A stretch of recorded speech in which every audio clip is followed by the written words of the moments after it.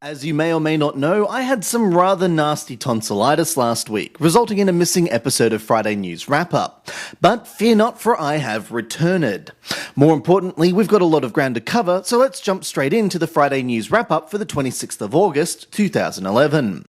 Okay, this is a bit of a tease, as Kairosoft have announced the iOS version of Grand Prix Story, but much like their other releases, it's likely to be a Japanese store-only title for the foreseeable future. If the recent titles are any indicator though, I doubt we'll be waiting for too long, which is great because this looks like a fun twist on the usual management formula from the developer. Galaxy on Fire has been an immensely popular title with fans of open-ended games, even despite its lukewarm critical reception. So the addition of a multiplayer component may be the first steps towards an EVA-like title on the App Store. Few details are available, but the title is focused on player versus player combat in an arena-like multiplayer-only game. While it still looks like a bit of a tech demo for a concept that's yet to be fully realised, there are some hints at gameplay in this world-creating god sim beyond making pretty islands. For those of you who have played From Dust, the controls seem quite similar, and no doubt the touch controls will be far better suited to the task. You can keep an eye on Glenn's blog for more details. It seems the free ride is over for those who enjoyed a spot of online twin-stick shooter-based team combat, but the jump to the paid-for model is not without some benefits. 2 maps have been added into the mix, and online matches are much easier to gauge, with ping meters giving you an indicator of the best games to join to prevent some of the awkward lag issues that can ruin a match. Should you make the purchase, you'll also be awarded with 4 unlock points, which is good because there's a bunch of new weapons, including the 44 Magnum, to play around with. Here's something to chew on.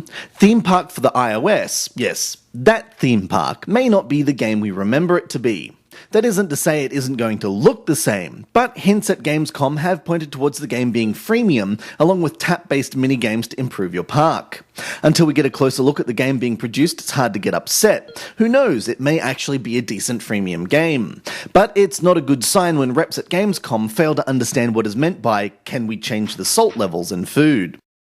We're still waiting on more details with regards to the latest game in Gameloft's premier shooter series Modern Combat, but the third title is certainly looking every bit as gorgeous as you'd expect. If nothing else, it goes to show just what can happen when Gameloft put their resources behind something. Small tweaks that may excite fans include customizable controls, meaning online play can be made tighter. And speaking of which, there should be 6 levels with 6 game modes on launch, so expect some heavy competition when this game goes live in fall 2011. File this one under not sure if want, because like many Sonic fans, I feel like I've been burnt too many times to get prematurely excited. With that said, Sonic CD was one of the few titles I was unable to complete due to not having the money to fork out for said expensive edition for the Mega Drive/Genesis, and I look forward to finally correcting this gap in my gaming history.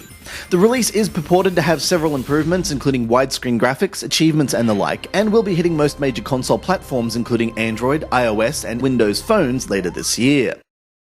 Sadly, I'm not above a bit of nepotism, so it goes without saying that when some local developers contacted me for a shout-out, I took the chance to check things out.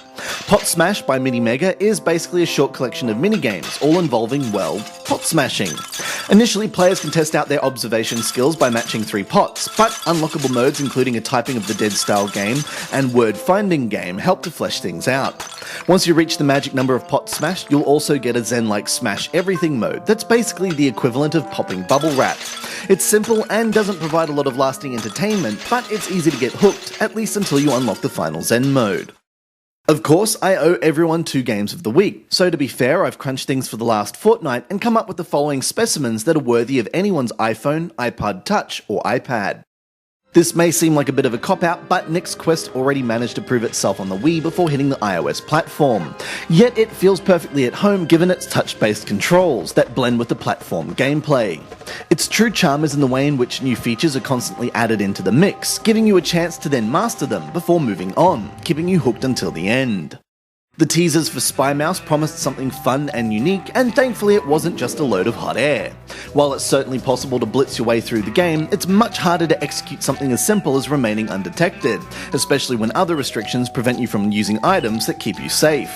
There's a puzzle element to the timing-based gameplay that's extended towards multiple boss fights that have you switching up to action-based gameplay without a second thought, making Spy Mouse a fun and well-rounded experience suited to iOS devices. And that's all for this week. We'll have more reviews and news hitting our site soon. But until then, keep an eye out for more competitions on our Twitter and Facebook feeds. Also, don't forget to subscribe and like if you're keen on keeping track of our constant stream of content. Until next week, enjoy the weekend. This has been Andrew with AppSpy.com. We review, you decide.